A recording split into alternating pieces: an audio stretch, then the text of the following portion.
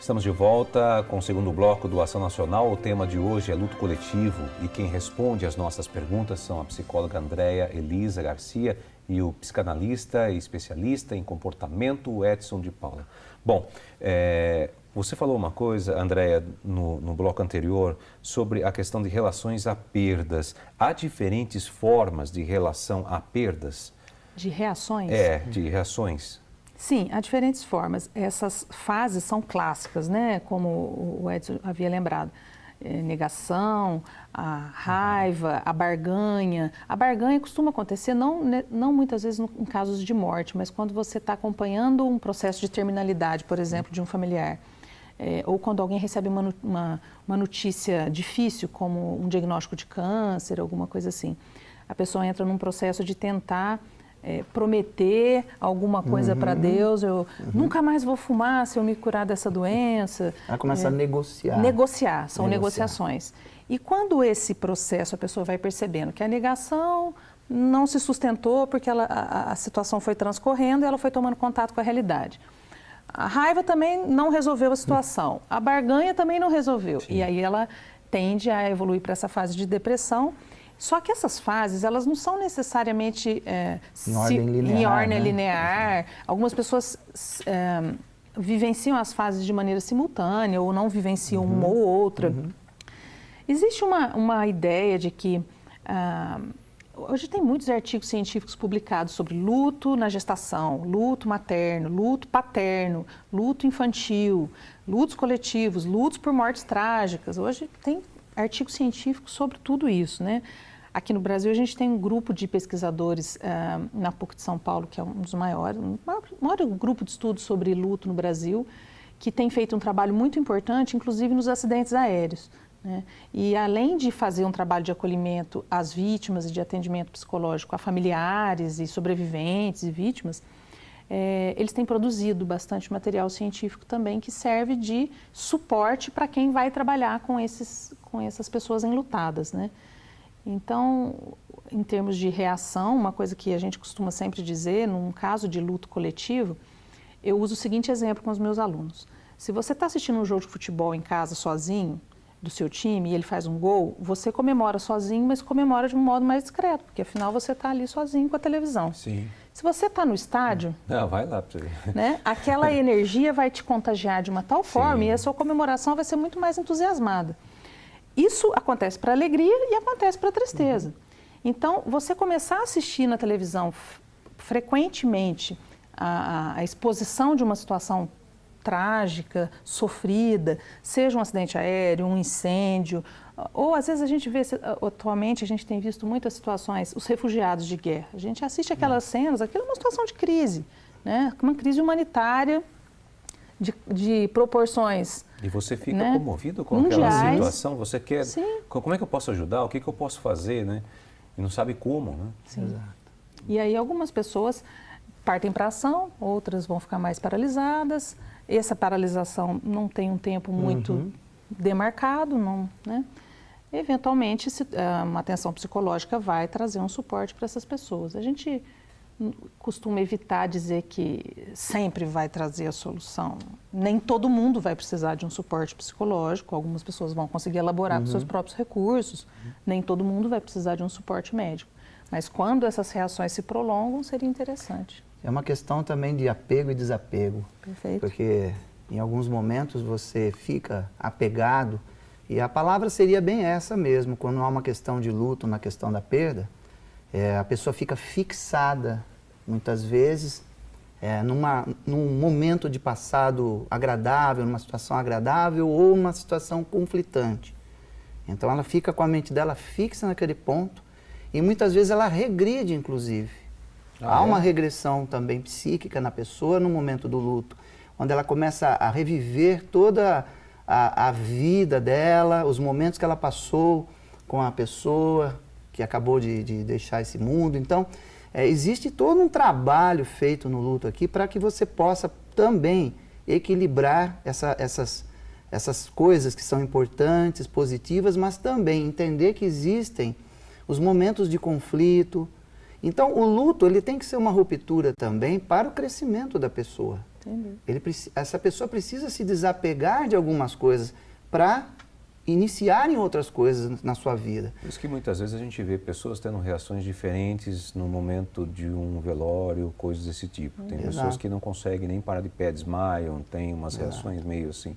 E outras não, outras conseguem, e outras nem choram. Exato. Sob o ponto de vista da antropologia, por exemplo, você vê algumas culturas, essa questão da iniciação. E a iniciação sempre é a partir da morte, é interessante isso. Rompe-se algo, morre o antigo e nasce o novo.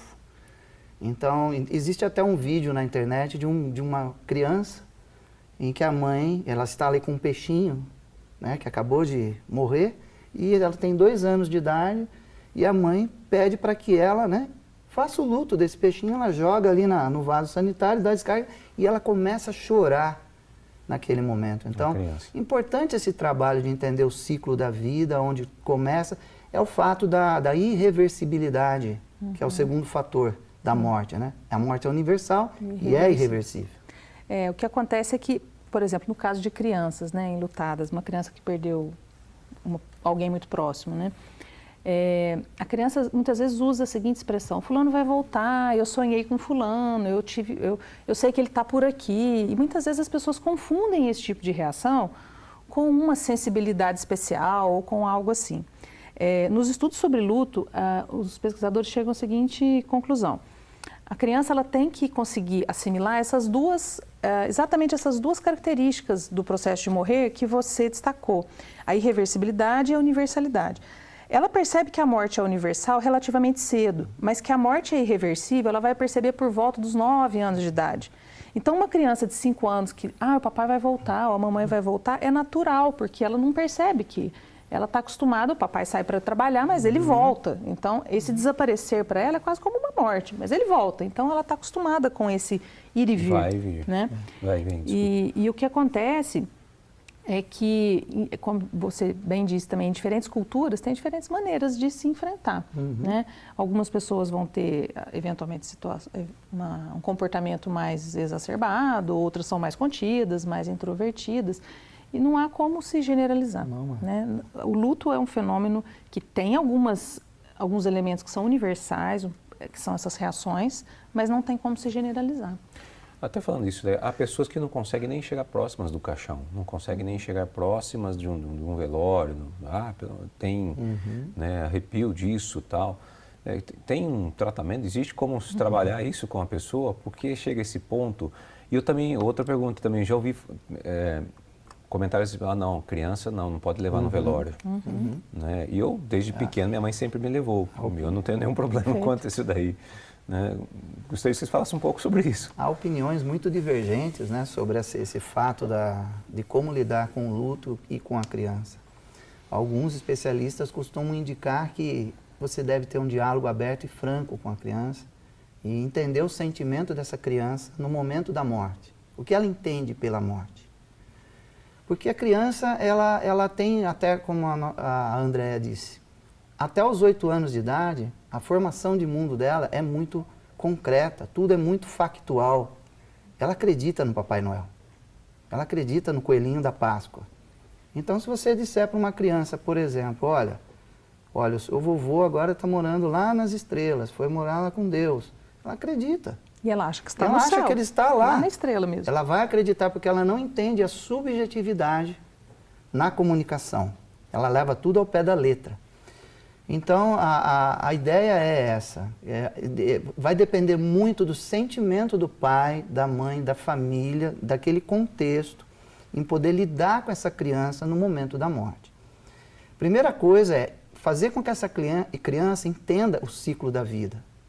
A vida você nasce, você cresce, você fica doente e você morre.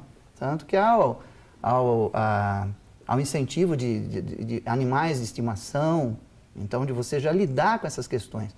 E mesmo o Walt Disney, o grande Walt Disney, nos desenhos, né? Você vê um Bambi, por exemplo, já trata de uma situação de morte num desenho infantil, Rei Leão, por exemplo. Rei Leão, eu ia falar isso. Então, vai muito de como o pai e a mãe reagem e como eles lidam com essa situação. Mas sempre tem que ter um diálogo franco e entender o mundo da criança. Se ajoelhar perante ela, entender, se conectar e olha, você sabe que isso está acontecendo. Mostrar o sentimento é importante também, para não ficar, olha, meu pai e minha mãe não choraram naquele momento. Então, alguns especialistas dizem que é importante que se veja ali o funeral, o velório, que tome contato com aquilo e que perceba que terminou o ciclo. Perfeito. Eu queria destacar duas questões a esse respeito. A gente tem existe uma teoria que é de um historiador francês, que é o Philippe Herrier, por volta da década de 70, ele fez um estudo sobre a relação do homem com a morte desde a Idade Média. Então, ele tem um tratado muito interessante sobre esse assunto. Ele diz que a primeira relação do homem com o processo de perda, ele chamou de morte domada, porque era tão comum se morria muito cedo na Idade Média, as crianças morriam muito, então dificilmente uma criança vingava. Não, até nos nossos avós, eu me lembro que minha tia falava muito, falava assim, essa criança não vingou. Sim. Né? E era uma coisa tão assim meio que natural. Eles falaram, essa criança não vingou, filho. Infelizmente tive 7 filhos, mas vingaram só 5. Isso mesmo. Eu falei, eu comecei a entender. É engraçado se você ouvir os mais velhos, né, falando isso daí, pessoas com acima de 80 anos, né, que viveram isso. Como era muito comum, ficava realmente banalizado, por isso ele chamava morte domada. Nesse momento, as crianças participavam dos rituais, quando alguém estava morrendo, ele chamava as pessoas do seu convívio e dava algumas tarefas. Olha, seria importante que você seguisse tal projeto meu. Então, as crianças e o contexto social acompanhavam o moribundo nessas suas despedidas finais, né? E com a evolução da medicina, com a criação dos hospitais, a primeira coisa que aconteceu é que o processo de morrer foi transferido da casa para os hospitais. Hoje em dia, pouco se morre em casa. Agora está começando um movimento de volta para se morrer em casa, entendendo como uma qualidade de vida. Mas as pessoas morrem em hospitais, basicamente, né? Se estão doentes, vão para um hospital. Se não foi um acidente, uma tragédia. Tem pessoas que falam, ainda bem que morreu no hospital. Ainda bem que não estava em casa, não quer ficar com a lembrança. Às vezes até isolado, do convívio ou às vezes numa UTI, sem tanto contato. E aí ele chamou esse novo fenômeno de morte interdita. E essa morte interdita, ela justifica também esse afastamento das crianças do processo de morrer. Então, eu não conto para as crianças, eu não levo a criança para ver um funeral. Então, o que a gente costuma dizer, se a criança tem curiosidade, é preciso levar e mostrar.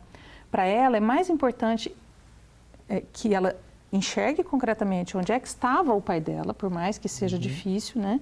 E que depois esse sentimento seja acolhido, seja trabalhado com ela, do que ela ficar criando fantasias a respeito de para onde foi essa pessoa que morreu, né? Exato. Porque essa questão do ritual, ela tem um peso muito significativo no enfrentamento do luto, né? Quando, por exemplo, aquele avião da Air France que caiu no mar, né? Os corpos não foram resgatados. As famílias das vítimas ficam num estado que a gente costuma chamar de suspensão, porque não foi possível ritualizar aquela perda, não foi possível fazer um velório de corpo presente. Verdade, tem né? esse fato aí que Então, parece que fica em aberto. Será que morreu mesmo?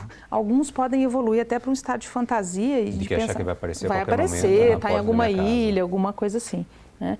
Então, se não há possibilidade de um rito concreto, de um velório, de um enterro, de um sepultamento concreto, nós da psicologia temos uma tarefa muito importante, que é criar possibilidades de fazer um ritual simbólico. E ele funciona. A simbolização através do ritual funciona muito bem.